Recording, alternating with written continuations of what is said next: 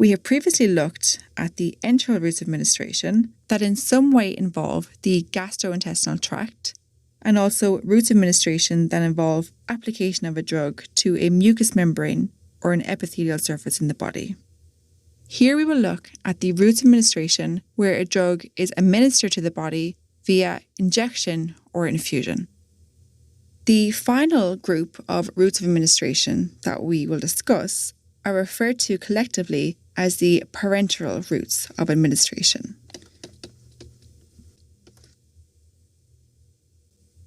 So par means beyond or outside, and enteral refers to the gastrointestinal tract. So the parenteral routes involve routes that do not involve the gastrointestinal tract. However, clinically, the parenteral routes of administration refer mostly to injection and infusion routes of administration. An example of a parenteral injection route is when drugs are injected directly into the subcutaneous tissue layer, and so is referred to as a subcutaneous injection. Drugs can also be injected directly into the muscle layer, and this is referred to as a intramuscular injection. For both of these routes of administration, the site of injection can be the arm or the thigh, and for subcutaneous, it can also be the abdomen.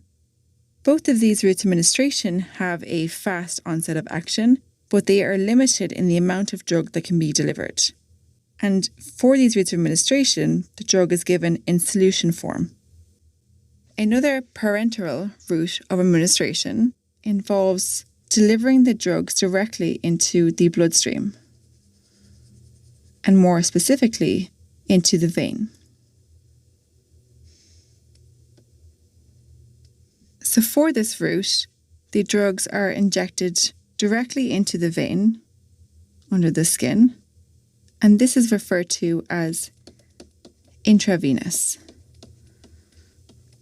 And because the drug has been delivered directly into the bloodstream, the onset of action of the drug is almost instantaneous. And so, the drug can reach its molecular target much faster compared to other routes of administration. So most biologics need to be delivered via this route of administration.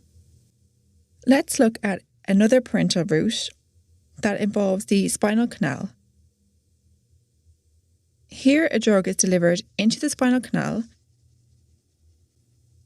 so directly into the cerebrospinal fluid, and this route of administration is referred to as intrathecal.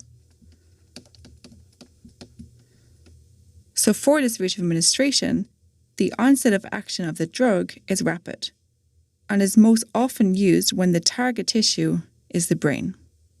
And so small molecule drugs, such as antibiotics, can be given in this way. So other parenteral routes of administration include intracardiac, which involve delivering the drugs directly into the heart, intra-arterial, where drugs are injected directly into the artery, intra-articular, when drugs are injected into the joints, intraperitoneal,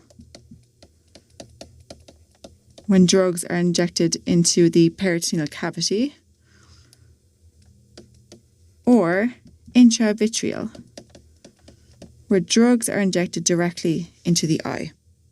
So although we only looked here at some specific examples of routes of administration, there are many routes of administration that exist, and there are many differences between these routes. So the route of administration employed will not only determine how the drug is into the body, but also determines where it will go and what will happen to that drug in the body once administered.